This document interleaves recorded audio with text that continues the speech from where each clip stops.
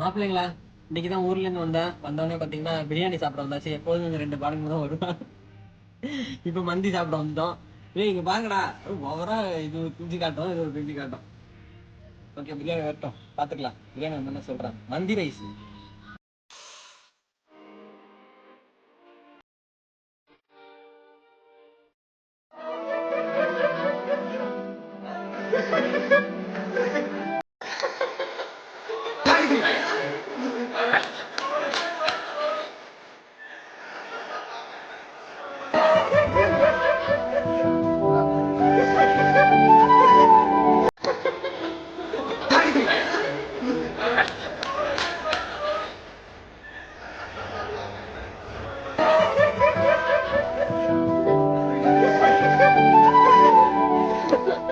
சாப்பிட்டு வந்துட்டோம் நாங்கள் ஒரு வழியாக.